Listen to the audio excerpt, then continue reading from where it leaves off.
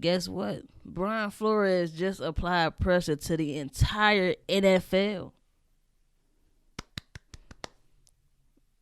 Kudos. In Black History Month at that. Now, I'm not, you know what? I'm not even going to get into that. And I'm not going to dive too deep off into this topic because I probably could talk for hours about it. And I'm not trying to do that. I'm not even trying to get riled up. But let's just get straight into it, right? There is one black head coach. There are 32 teams. So that means 3.125% of the head coaches in the NFL is black. That's one coach, right? There are 3 black GMs. And the league has 70% of black players. Now, let's take it back a little bit. There was a rule put in place in 2003 that pretty much said, hey, any team that has an opening for any kind of position, you have to interview at least 2 to 3 minorities. You mean to tell me there was a rule? There had to be a rule put in place to just kind of diversify these numbers, these percentages of head coaches and GMs and all this. There had to be a rule put in place. Yeah, that's exactly what happened, and that's why Brian Flores filed a 58-page lawsuit against the NFL. And in this lawsuit, it talks about lack of diversity, racial discrimination, foul hiring processes, and much more. If anything you can think of or you feel like is going on in the NFL, I'm pretty sure it's in this lawsuit. Also during this lawsuit, and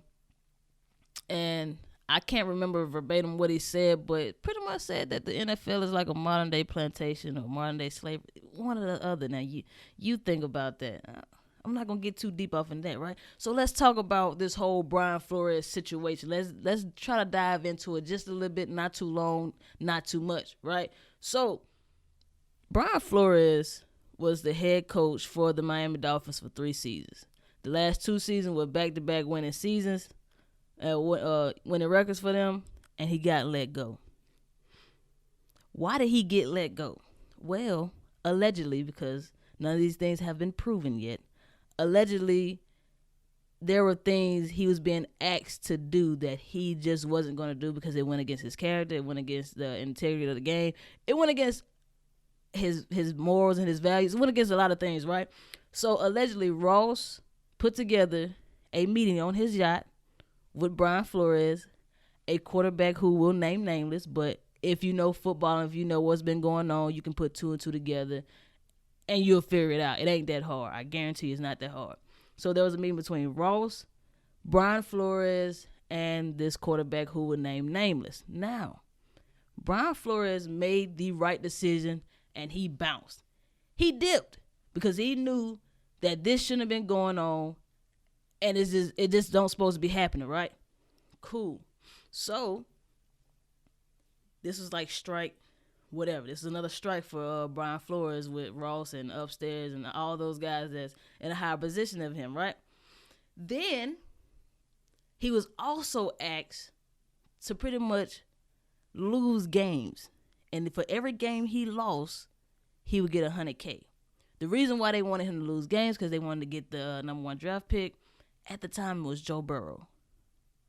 Ross said, no, I'm not doing that. I got other guys who's out here that want to win. I'm not going to forfeit their or pretty much lose their season all because of you want a higher draft pick.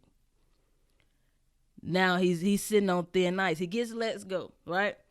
Now let's move on to the interview for the New York Giants. Now, Bill Belichick let the cat out the bag way too early. He texted Brian Flores and said, hey, congrats on the job.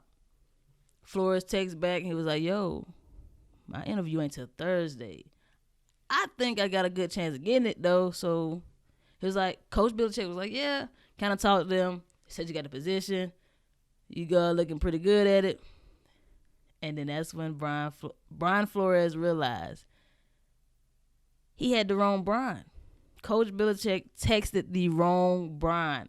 The New York Giants hired Brian DeBall. And that's when stuff started to hit the fan. That's when, the thing about Brian Flores, though, he still went into this meeting. He still went into this interview, gave it his all, because he was like, you know what? I kind of still see the good in people. But he was already making plans to file this lawsuit. He still went in. He was still professional about it. He didn't go off on him, although he already knew. Boom, let's file this lawsuit. And people, to me, are acting shocked about something that they already know has been going on in the league, in the NFL, in everyday life, pretty much. I just can't get too deep into this, man, because I probably could talk all day about it. How do you guys feel about this whole Brian Flores situation? I mean, I'm going to say it. I am going to say it. I'm going to say it. There is a way that the NFL could save face.